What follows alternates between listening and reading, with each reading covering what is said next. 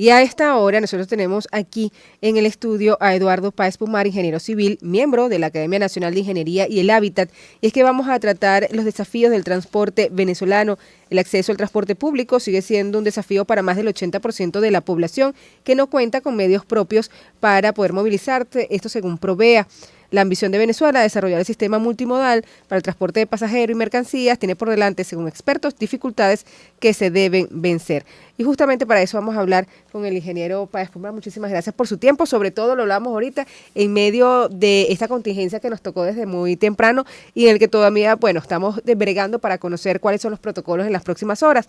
Pero mientras vamos a hablar de esta situación, se habla de que por lo menos la falta de unidades operativas alcanza un 70% y ha llevado al casi 50% de los hogares a declarar la ausencia de transporte público en sus comunidades.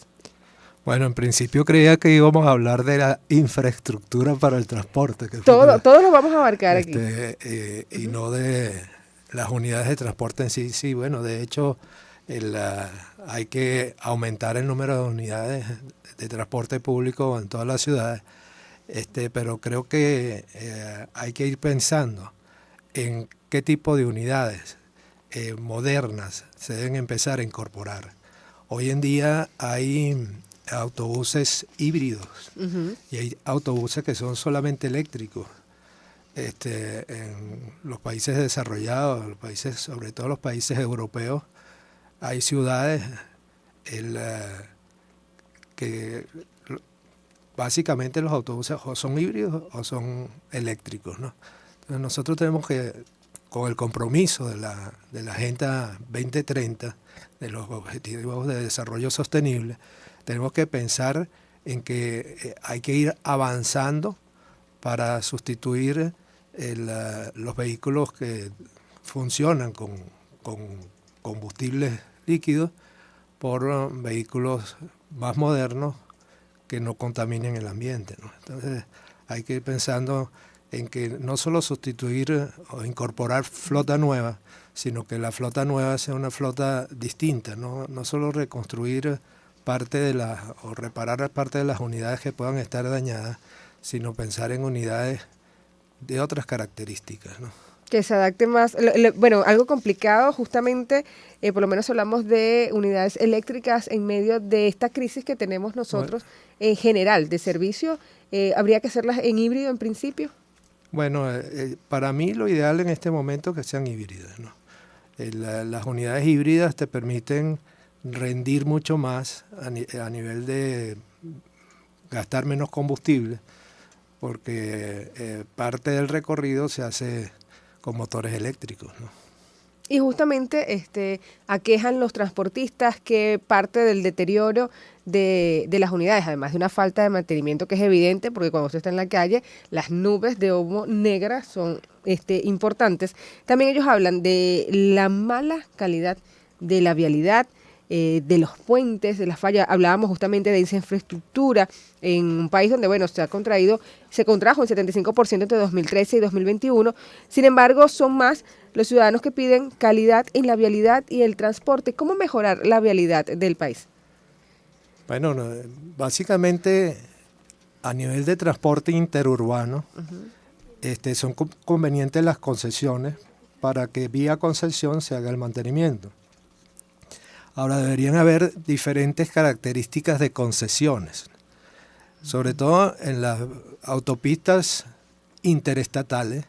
Pienso que las concesiones deberían darse a un solo concesionario que recorra la autopista completa y que funcione como, no sé, voy a hablar un poco del pasado, como funcionó la Regional del Centro cuando tenía las tarjetas perforadas, ¿no? La Regional del Centro, cuando se diseñó, pues tú tenías un peaje de entrada a la autopista y dependiendo del sitio donde salías, pagabas una tarifa diferencial. O sea, si ibas a un sitio cercano, pues la tarifa era más económica, y si ibas a Valencia, la tarifa era más cara, ¿no? Eso contribuye también a facilitarle el costo a las personas que viven fuera de la ciudad y que se trasladan diariamente a su trabajo, ¿no? Además, sería un solo responsable del mantenimiento de toda la autopista, un solo responsable de la seguridad. En el peaje de entrada estaría el control de carga para la autopista completa. Por ejemplo, la regional del centro tiene limitaciones con el puente de la Cabrera, que tiene limitaciones de carga, y hacerlo de esa forma sería excelente en el sentido de que se controle en todos los peajes de entrada los camiones que vienen sobrecargados, ¿no? Eso aseguraría que no se siga deteriorando el viaducto La Cabrera, que es un viaducto que fue diseñado en los años 50 para una carga menor que las cargas que las normas actuales permiten. Y entonces por eso requiere hacerle mantenimientos periódicos. De manera que no es solamente que se pavimente la vía, sino tomar en cuenta este tipo de controles que asegure que la vía no se deteriore por la sobrecarga que circula sobre ella, ¿no? Y además del tema de la sobrecarga de puentes, el tema de lo que es el bacheo, el asfaltado, el tema de la iluminación, sobre todo usted que menciona la regional del centro, eso es una boca de lobo en general. Son vías que además ante la falta de iluminación se facilita la delincuencia en muchos de los puntos de ese trayecto. ¿Cómo darle prioridad para garantizar que disminuyan los accidentes de tránsito a causa de esta falta de servicios? Bueno, como mencionaba, al tener un solo concesionario, ese solo concesionario tiene que ocuparse de que la vía esté en perfecto estado, no solamente el pavimento, sino los drenajes, la iluminación, y debe controlar la seguridad y tener grupos de grúas para trasladar los vehículos que estén accidentados, ¿no? Usted con su experiencia de ingeniero y desde el Colegio de Ingenieros, ¿cómo debería darse esta reforma, por decirlo así, restitución de todo lo que es la vialidad? ¿Cuáles serían los estados a darle prioridad? ¿Cuáles serían las vías por las que hay que empezar a trabajar? Bueno, como mencionaba, las vías interestatales son las más importantes, ¿no? Pero también hay vías rurales que están en muy mal estado. Entonces, las zonas agrícolas, la vialidad rural, hay que de nuevo invertir en vialidad rural, tener centros de patroleo, hacer cunetas para que los agricultores y productores del campo puedan trasladarse a las vías principales. Entonces yo le daría prioridad a las interestatales y le daría prioridad a la vialidad rural también. Porque sobre todo que hace referencia a las zonas agrícolas, en el caso de Caracas depende de todos los vegetales y las hortalizas que vienen justamente de los Andes. Y parte de los retrasos que se pueden ver, además de lo que es el acceso al combustible, es la calidad de esa vialidad. Señor Páez Pumar, ¿qué otro punto, qué otros retos tiene el sistema de transporte para volver por lo menos a esa calidad que se tenía hace 15, 20 años? Bueno, yo creo que en sitios, por ejemplo, como Caracas, tenemos que empezar a pensar en las estaciones multimodales.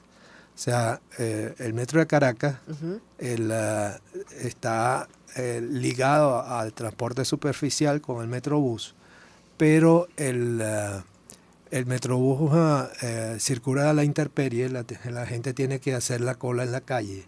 Y hay una serie de estaciones que son nodos de comunicación con el sureste, con La Guaira, con Los Teques, con Occidente, que deberían tener estaciones completas, edificaciones completas para autobuses, donde hayan radas de estacionamiento de autobuses, sitios de espera con aire acondicionado, etcétera, de manera que la gente no esté en la calle a la intemperie esperando que venga un autobús una vez que sale del metro, sino que se comunique internamente como una estación multimodal. ¿Cuánto sería la inversión? Por ejemplo, yo esto lo vería que se haga vía concesiones público-privadas, ¿no? Por ejemplo, la estación Gato Negro. La estación Gato Negro está al lado del Parque del Oeste, y el Parque del Oeste en la parte posterior colinda con la autopista Caracas-La Guaira. Y donde colinda con la autopista Caracas-La Guaira es donde estaba la cárcel que demolieron. Ahí perfectamente se podría construir una edificación para autobuses que esté comunicada por un túnel debajo del Parque del Oeste hasta la estación Gato Negro, de manera que la gente tome el autobús y baje al aeropuerto, al puerto o a cualquier destino dentro del litoral central, vía una concesión en la que el concesionario ponga las unidades de transporte con un operador local, pero ponga sistema. las unidades de transporte, y eso permitiría hacer la inversión en unidades de transporte híbridas como las que estamos hablando, por ejemplo, y además que con esa edificación se complemente el apoyo a la estación del metro con el aire acondicionado y con la iluminación, o sea, que se hagan mejoras en la estación Gato Negro. Por dar un ejemplo,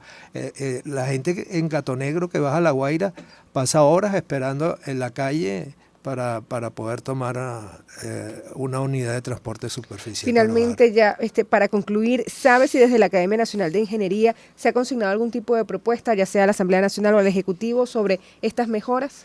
Nosotros regularmente hacemos documentos de propuestas de mejoras de distinta índole, incluido el tema de transporte, ¿no? Muchísimas gracias, Eduardo Páez Pumar, ingeniero civil, miembro de la Academia Nacional de la Ingeniería y el Hábitat. Nosotros, por supuesto, en los próximos minutos seguiremos pulsando qué ocurre en el país con esta falla del sistema eléctrico nacional. Tómate un sonidos que te envolverán en un mundo de emociones. Voces que te